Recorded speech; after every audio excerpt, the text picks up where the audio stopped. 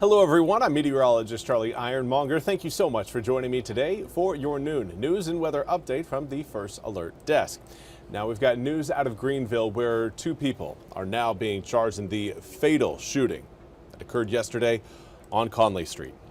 Police say 16-year-old Jalen Hines of Greenville is being charged as an adult, while a 15-year-old boy is facing charges in the juvenile court system.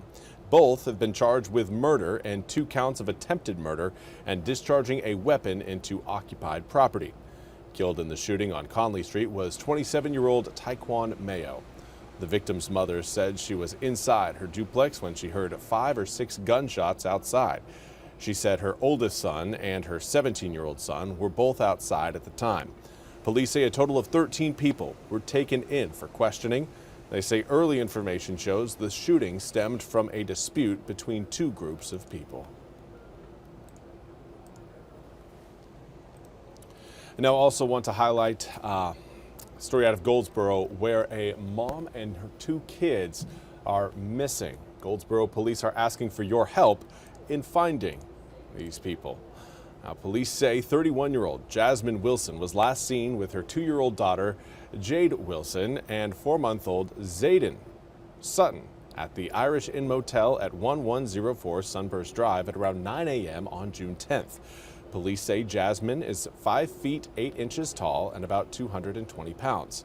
Police do not know what Jasmine and her children were last seen wearing. Their method of travel and destination are also not known. If anyone has information on their whereabouts, please call the Goldsboro Police Department at 919-750-6572.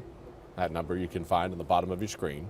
Or you can reach out to Goldsboro Wayne County Crime Stoppers at 919-735-2255.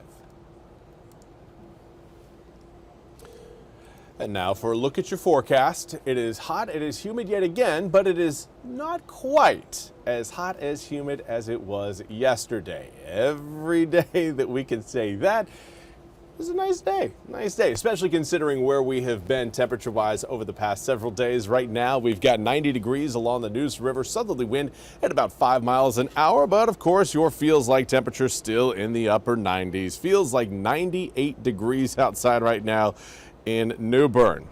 At least we got lots of sunshine. Now, coming up later on today, we may see a few pop-up showers and storms. I'm not anticipating much, but a few of us may pick up a stray thunderstorm or 2. I would say most of eastern North Carolina, though, likely going to be missing out on that rain opportunity. Just a few of us will actually see those drops come down. Now, there is a heat advisory across all of eastern North Carolina that will be in effect until at least 8 p.m. tonight. Could extend into Friday morning as well, depending again on whether or not the Weather Service decides again to reissue that heat advisory. Tomorrow is going to be a hot one as well, still in the 90s, not only for your Friday, but through the weekend. Right now, air temperatures hovering around the 90-degree mark. We've got some in the upper 80s, others in the low 90s. We do still have a few in the mid 80s. We've got 84 degrees right now through Kenansville as well as Beaufort. The rest of eastern North Carolina right now, at least at 87 degrees and warmer, but it feels quite a bit hotter when you factor in that humidity. Starting to see more areas see that feels like temperature, your heat index, bump up into the triple digits.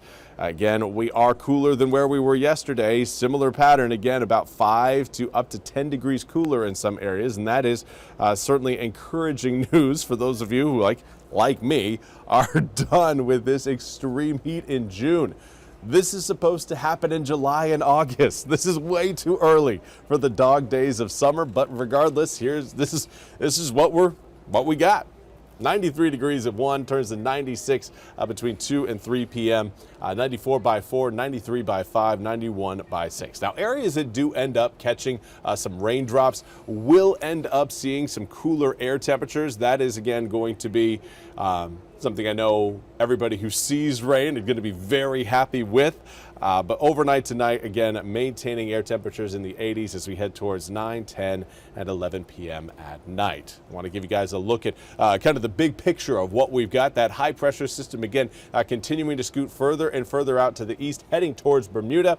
But there's also that area of low pressure down towards the Atlantic coast of Florida, kind of right off of the West Palm Beach area, kind of near Daytona. That low pressure system is going to continue to scoot its way northward and kind of swing some moisture around the Florida, Georgia, South Carolina region. Now, we may be a little bit too far north to catch any of those stray showers and drops generated by that area of low pressure, but it is also one that whenever we've got a low pressure off the Atlantic coast of the U.S., it's one we should keep an eye on due to tropical potential.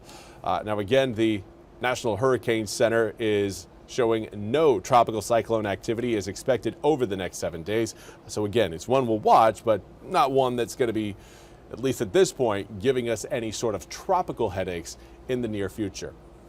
Over the next 8 days, we've got a cold front on the way coming in next week, but until then, air temperatures will hold in the low to mid 90s through the next 4 or 5 days.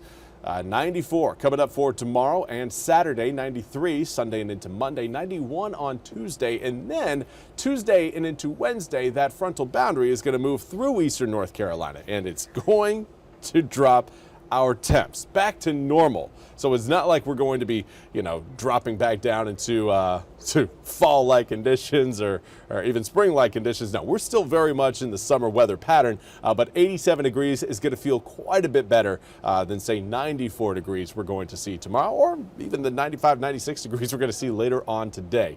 Humidity may take a little bit of a hit, may drop a touch, but still ending up seeing, again, spotty showers and thunderstorms behind that frontal boundary. Along the boundary, though, we are anticipating kind of a sweeping band of rain showers that will move all across the east, giving everybody an opportunity again for heavy rain. At that point, I think we are going to need it because the pop-up showers and storms that we're going to see today, tomorrow, and then even Saturday into Sunday, coverage really isn't going to be all that great. You'll have a better chance of missing out on those rain showers over the next 4 days than actually seeing those rain showers come down over the top of your head.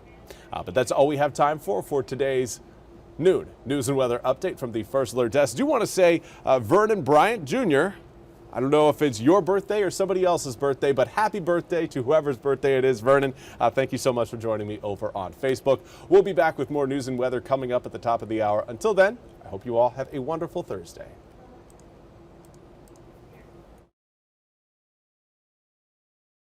This hour of the WITN First Alert Desk is sponsored by Supreme Choice.